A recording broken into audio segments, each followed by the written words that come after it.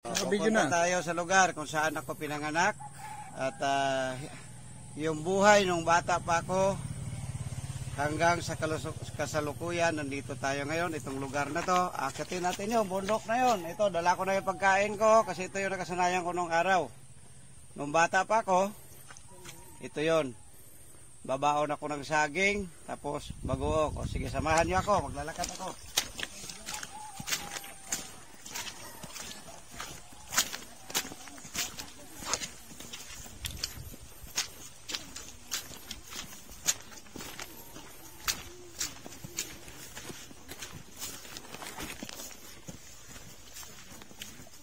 Maintindihan nila yung buhay na mahirap.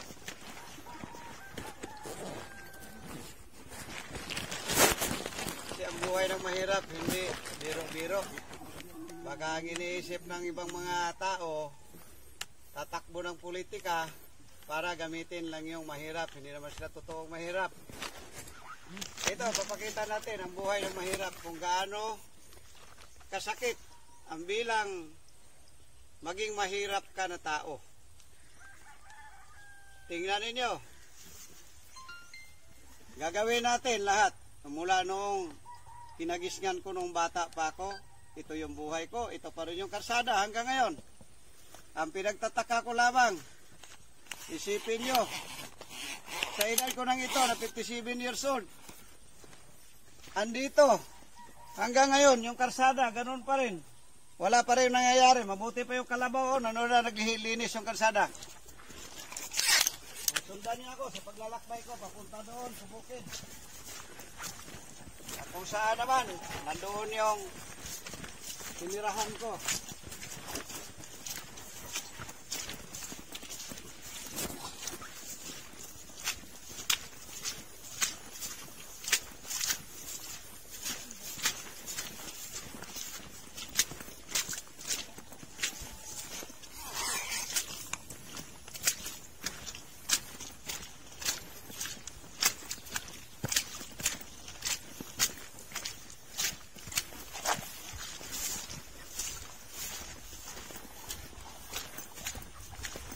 Ito, palayan na to. Ito yung palayan ng kapatid ko. Nandun.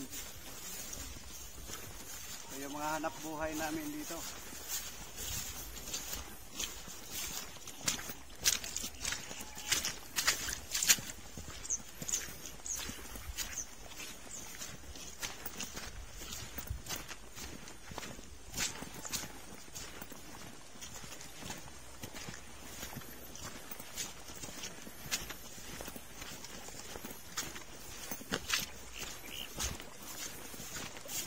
Mahirap itong lakad, malayo. Pag hindi ka sanay dito, mahirapan ka dito. Dito, pabalik-balik kami rito, 4 na kilometro ito. 4 na kilometro nilalakad. Hanggang ni Kitoy. Wala pa rin pagbago. Nasaan na kaya yung mga pinamangako ng mga politiko?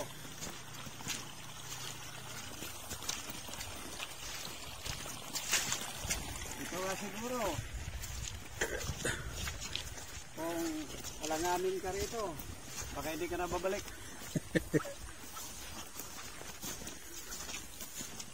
Pero hindi ito pwede makalimutan kasi dito tayo lumaki.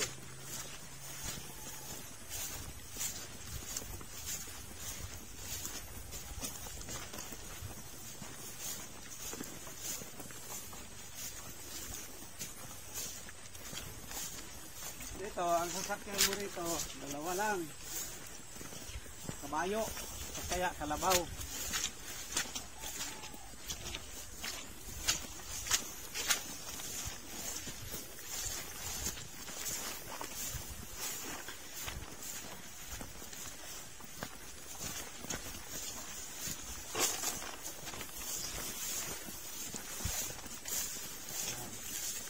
Kita mo itong kalsada lang to?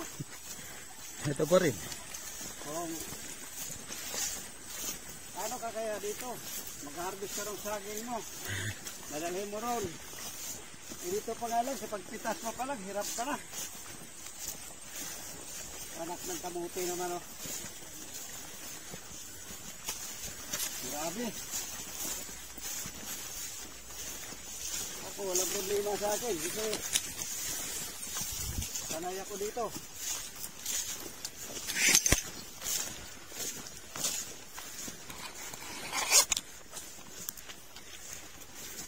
Yan ito. Saging na yan. Yan, pipitasin mo yan. Hahakutin mo yan doon sa kalsada. Gano'ng kalayo.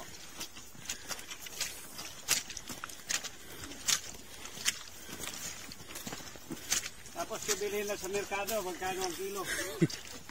Halos singin na. Halos tingin na lang. Kaya ito, malaking hamon sa panahon. Sana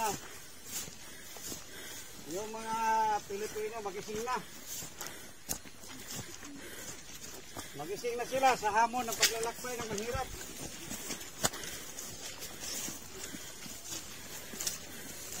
Kailangan ang mahirap, bumilos na.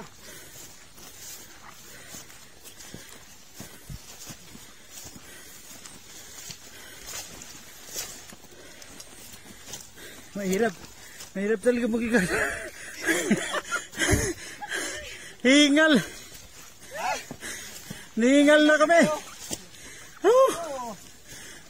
Dagdagan pa natin ito na kahit 5 kilometro. Kaya ko ba? Hiningal na. Ha?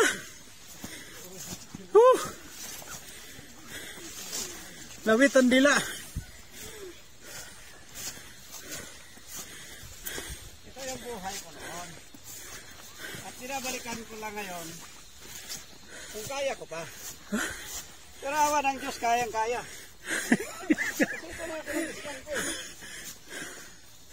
Ay, hindi kaya. Yung nagkakamera. Hingal.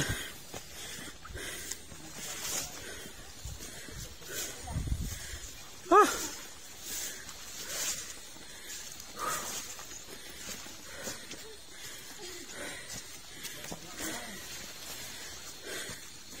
Hingal muna.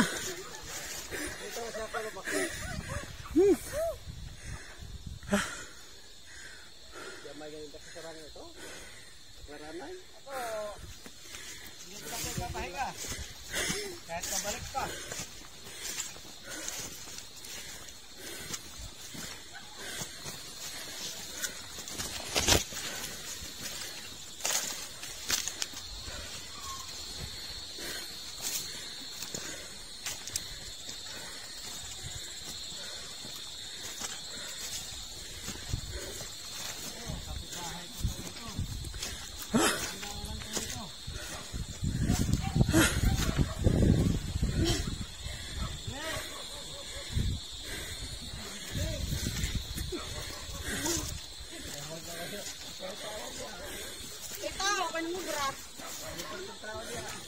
Mubra pa. Anak buhay. Ah.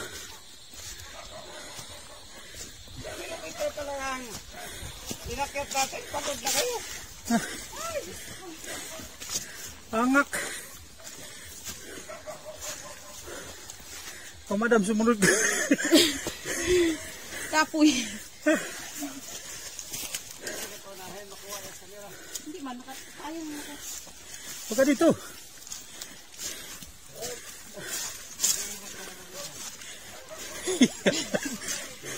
Wala ka sang bit-bit. Lungoy na. Ang bilis. Hindi ka sa ridala. Nalagay na. Nalagay sa akin. Sapitan, pagkaglapok.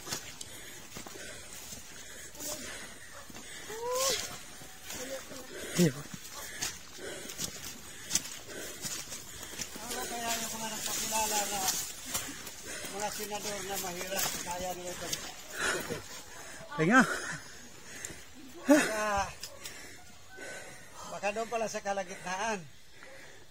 Ihi na sila na wala sa oras. Hindi lang ito. Oh, ako may dala. Wala nang hininga. Dala. Pero, naghihingal kayo. Wala nang hinga. Ayaw ko na. Sa kilometro pa.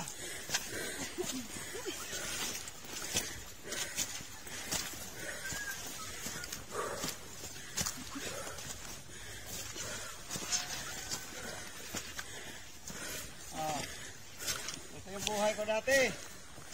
Ito, tubo. Ang tawag sa Bisaya dito, tapas. Karga tapas. Nagatapas ng tubo.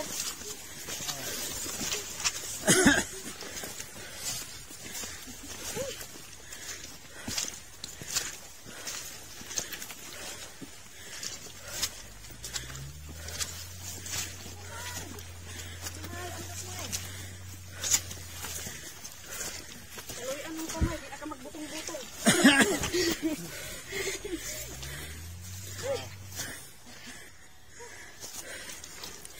Gamaya na dyan.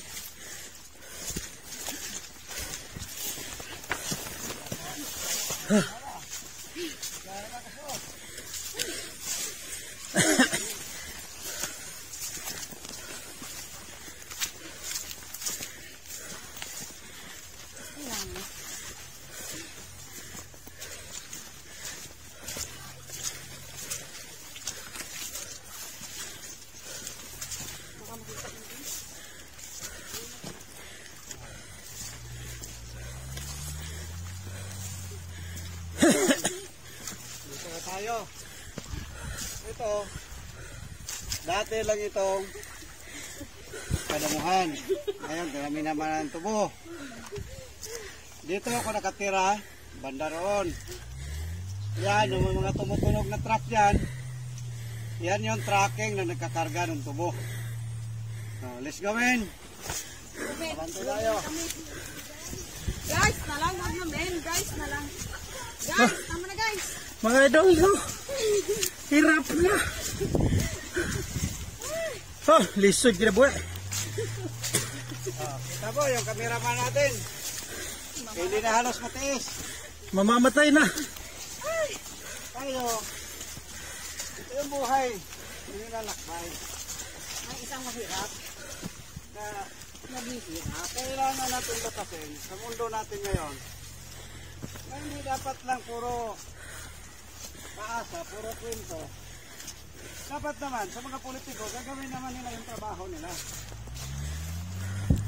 Kaya mag-apply sila sa mahirap, ang ganda ng mga binibitawan ng salita. Ay, wala. Ngayon, ito, hamon ito sa isang mahirap. Na may isang mahirap na nangahas na gustong pumunta sa Senado. Kaya, ang payo ko sa mahirap, sama-sama tayo maglakbay para sa tungo sa kinabukasan ng lahat. Kailangan na natin tuldukan yung mga politiko na kunyari nagpapanggap na tutulong sa atin. Pero pala tutulungan tayo na para magiging mas mahirap pa. Kailangan na ang mahirap lumaban. Legal na pamamaraan. Laban lang. Hirap talaga. Mga idol, sobrang hirap. Ha? Ito. Ito ay kalsada. Oh, ito, tingnan mo to. Itong kalsadang ito. Kalsada ba ito ng sasakyan? Anak ng iho di kamuti naman, oh. Yan. Hindi yata ito. Hindi ko alam kung kalsada ba ito o Dekada na to lupa mga ng idol. kalabaw eh. 57 years old na ako ngayon, pero ito pa rin. Pati estudyante nahirapan dito. Oh.